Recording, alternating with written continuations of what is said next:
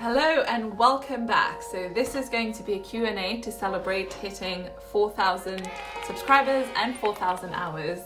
So this is pretty cool. Very excited. I have Ali here with me. Your channel can now be monetized. Yes.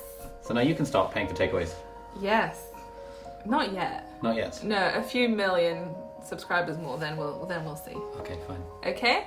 So while we do this, we're also going to be doing a fun activity that Ali has never done before. Yeah. So we are going to be filling these samosas. You know what samosas are, right? Yeah, I eat them. You eat them. Many times. Many times. So we have pre-prepared this. I feel like I'm doing a cooking show. We have pre-prepared this, which is the filling made of potato and kebab because too lazy to actually defrost meat and cook it. And it's got peas in it and Ali's favorite ingredient, turmeric. The yellow colour. Oh, the thing that tastes like mud. Yes, soil, like soil. Like soil. Yes. Has it got coriander in it? Yes. That's my favourite ingredient. Yes. And we have these pastry thingies that we pre-cut, and we have some flour and water paste to use as glue. Amazing. Okay, let's get started. Cool. So, this is yours. Okay, wait. Can't I just do it as spring rolls? No. We're not doing lazy stuff. So, you do this. Look. You grab this, you twist this. Fuck. Okay. Like this. Yep. Yeah, hold this. Yep. And then grab this corner. Yep. And then twist it to make a cone. Okay. But you want the line of the cone to align with this. Oh, ni hao. Okay. What? I don't know catching. What are you doing? Okay. Hold this. Yep. Okay, we'll do it slow-mo, okay? Hold this. Yep. Like, Yep. this makes a triangle, right? Do a proper triangle. It's a triangle. Oui. Yeah? Oui, s'il vous plaît. And then you turn it here Oh, ni hao. as a cone. But you want it to be tight. Okay. So then you twist the inside so it's a cone. Oh. But you want this sharp. Why don't you just say make a cone? I said made a cone! Okay. Okay. I have a J and cone. Okay, look at mine, look at yours. Yeah, my cone is fine. I said your line needs to align with this. Oh, I see. Oh. Yes. Why don't you just say so? Well done. Fine. Okay, now you can fill it. What, the cone? Yes. Fine. If you hold it, it's easier. Look, dude, this is meant to be a Q&A, not a freaking fill samosas with me. This is going to be a fill samosas with Ali. Okay, you have the flap. Yeah. Now you put the glue on the flap. Yeah. Use your fingers, please. You're gonna wet the samosa. Isn't that what you're supposed to do? No. Oh, it sticks. Yeah, look. Made a samosa. Yours is a bit square. You're a bit square. Okay, how about we do this as a line thing? A factory line. Okay. I'll fill you glue. Sure. Okay? And you can ask the questions. Okay. Sheen, tell us about your childhood. That was not on there. What would you do? Oh, hang on. What is the best side hustles for medical students? Me? Yeah. I don't know. You can figure it out. You're a business coach. For medical students, I feel like the whole arena of let's teach students how to do UKCAT or BMAT is a bit saturated. A bit saturated, a bit boring. A bit boring, it's a bit done and done better, so you know. So maybe something else, maybe thinking about how to, you know, it depends if you want to make money or not, but I feel like the altruistic side of it might be more interesting. Doing social entrepreneurship stuff will teach you a lot of skills, and yeah, you're doing good for the world. How do people get into social entrepreneurship, as you say?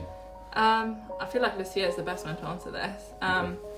There are different projects that you can get involved in as a student. There are policy, think tanks.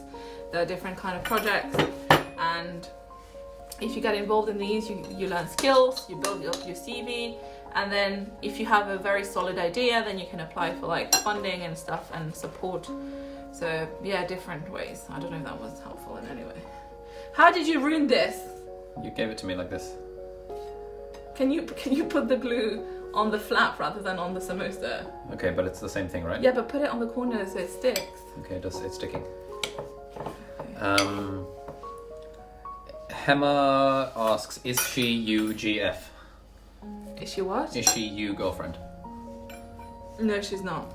Okay. Sorry, that was a burp. That was not hesitation. I see. What else?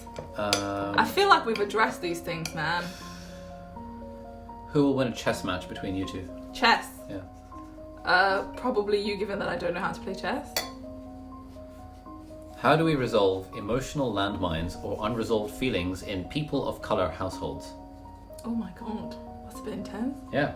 Do you want to help with that? No. Wait, say it again. How do we resolve emotional landmines and unresolved feelings in people of color households? Oh, that's difficult. I think obviously the first thing is open communication, but I do appreciate that sometimes in these situations, people are not ready to listen.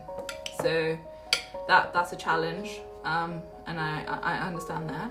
But I feel like the best way is communication and just trying to constantly repeat yourself until the message is heard. 32 Mojo says, I'm about to join a college. How much did an iPad help you improve your productivity? Would you get iPad Air or iPad Pro? I did not have an iPad when I went to uni. What, and you still survived? I survived. Bloody hell. I had a BlackBerry as a phone. Oh yeah, you're really old. Excuse me? Okay, how do you stay productive in Ramadan? I'm so tired. Well, we've tried several things. We tried the whole staying up until Sehri and then sleeping after. That didn't help because we were too tired. I think it's just accepting the fact that you're not going to be as productive given that, you're not feeding your body. So it's just about prioritizing and doing the things that really needs to be done, and the rest can wait. We are almost halfway, so not long to go. I am Hanzia says, why are you always irritated with him, lol? With who? Probably with me. I'm not irritated with you always. Okay. Am I? I don't know. Yeah, let's talk about this. Hanzia clearly seems to think so. Yeah, Hanzia, where's this coming from? Why do you think I'm always irritated with you? No. I just did your job. You did. Thank you. I apologise. That's alright. Yeah, do you think I'm always irritated with you? No. Do you irritate me a lot? I don't think so. I do.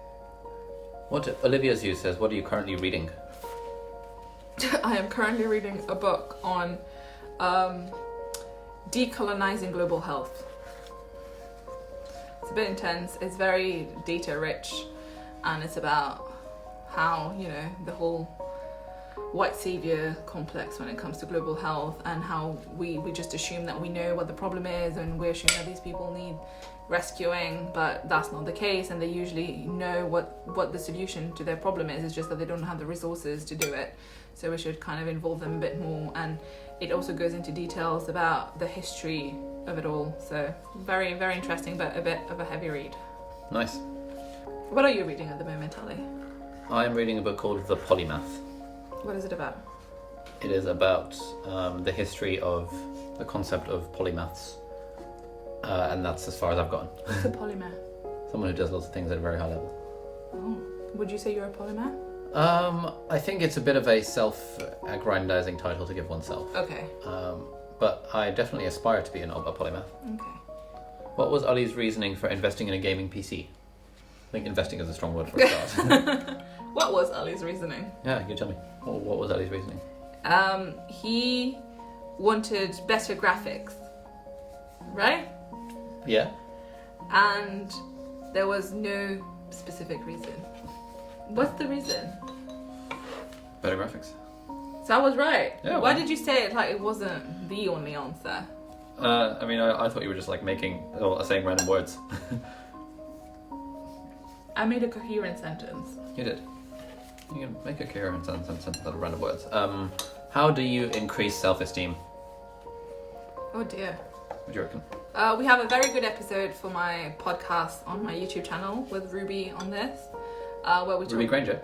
Ruby Doll. Oh. So where was I? Yes. How do you increase self-esteem? Where we talked about how your self-esteem is tightly linked to your self-worth and how you see yourself, and how it's a journey for almost all of us about accepting who you are and owning it, and not feeling like you don't deserve whatever you have, or you're not great. So watch that episode. Ruby does a better job than me at this. Is becoming financially independent at early ages important? What's early age? Presumably in like your 20s. I think so. I think financial independence is always good, right? It gives you a lot more freedom in terms of choosing what you want to do in life and living a better life, you know? Live your best life, as they say. Am I right? Very good, very good. What are your tips for doing well in high school? High school? Yeah. Mate, I cruised through high school. I went to high school in Mauritius, and I don't think it was particularly hard. And we did A-levels, and we have a very weird system in Mauritius where in school you're not taught that much, and everyone relies on, you know, those private tuitions that everyone pays for, and it's just a bit of it's a sick model. It's not very great. It's not inclusive. So you're basically then taught everything, you're spoon-fed everything in these tuitions, because the teachers have this weird competition of, our students need to be doing the best so that we get more students and we make more money, blah, blah, blah. So yeah, so then it wasn't that hard because you're spoon-fed everything. Sounds like you don't support privatized education. That's different though, right? Because I feel like privatized education is a choice. Okay. And people who can afford it. Tutoring isn't a choice? Well, it's not a choice when in school you're not being taught much, because, okay, again, caveat, this is not the case all the time, but from like the majority of schools in Mauritius, the teachers who teach in school also give private tuitions.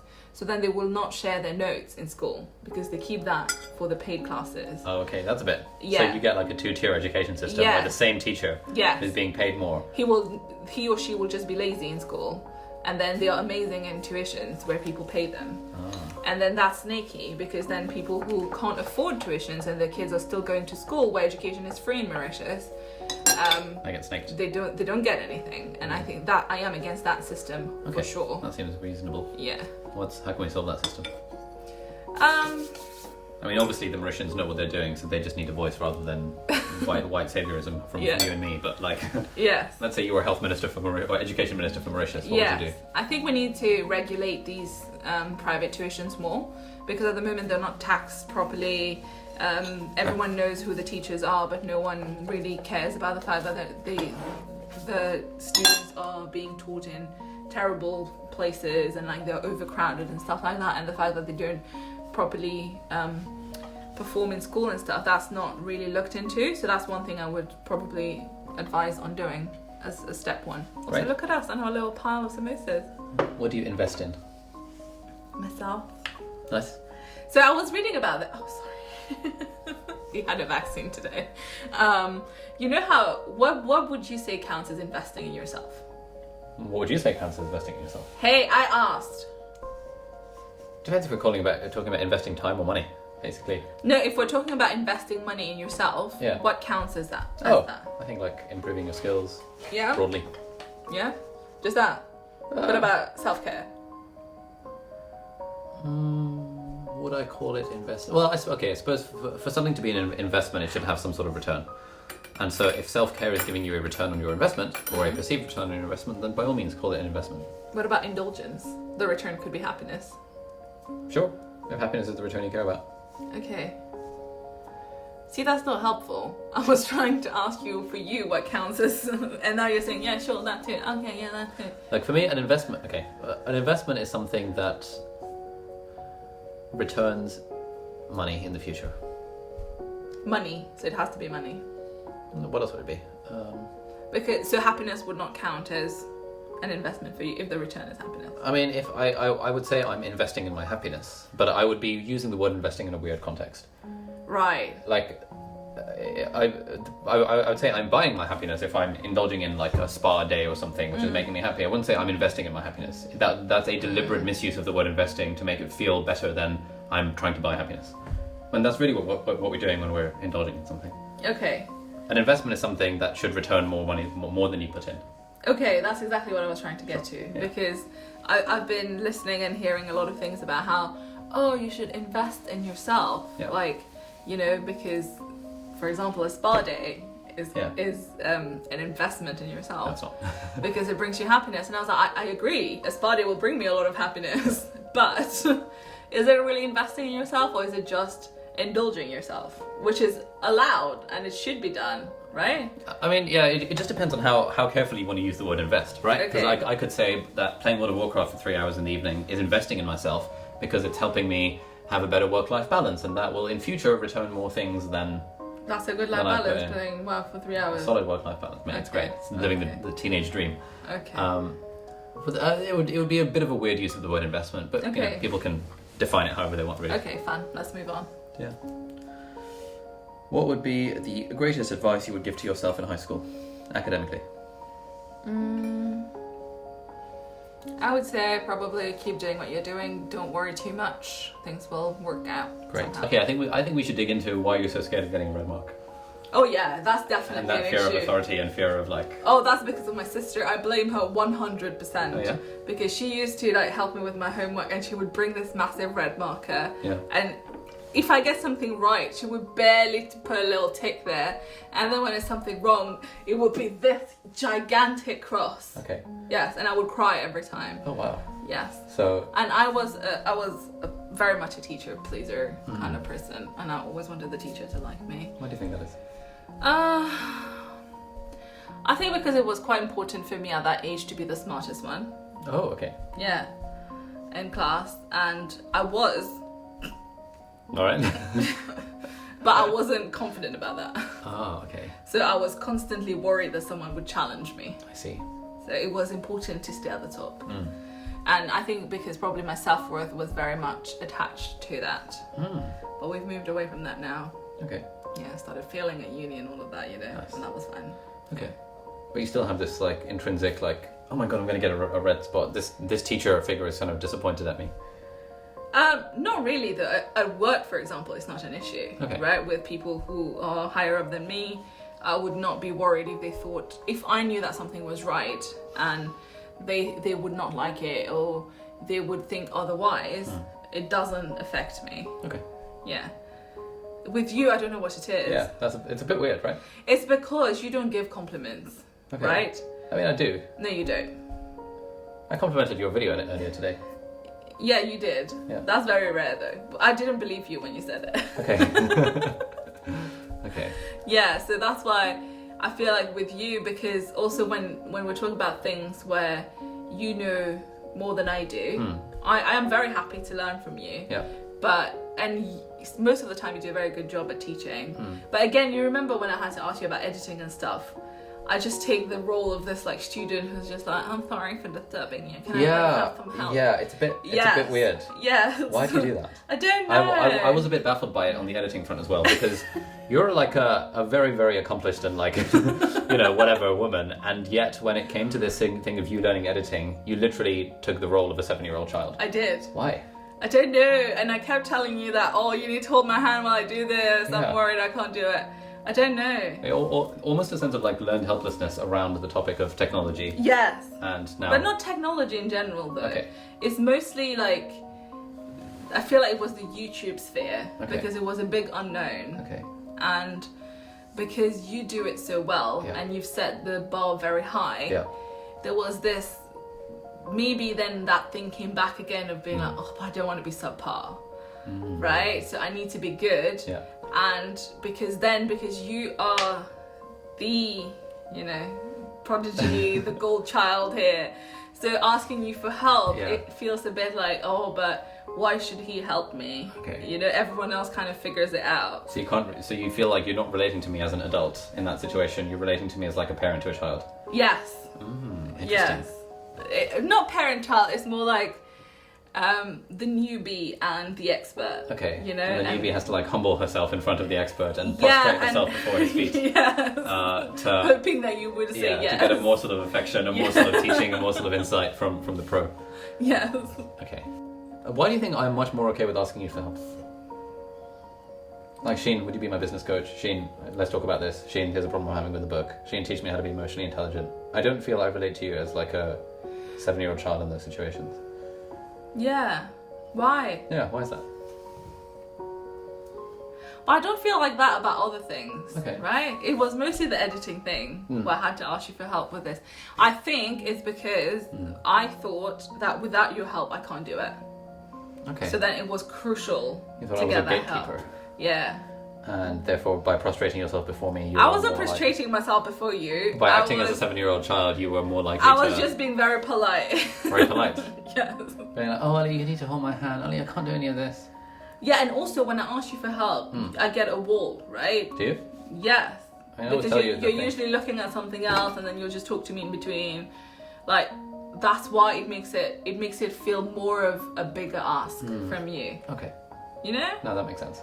Because if you would just come, oh yeah, let me help you do that, like I do with you when you ask me for help, and I come stand with you by the whiteboard and do stuff with you. Yeah. It's not like this with you. But it's not because you're not helping. Yeah. It's just because you don't think that you need to be standing next to me. Yeah. You just sit there Yeah, and do I'll just it. sit there and you'll be asking me how to do this. I'll be like, press Command and W. Yes. And you'd be like, okay.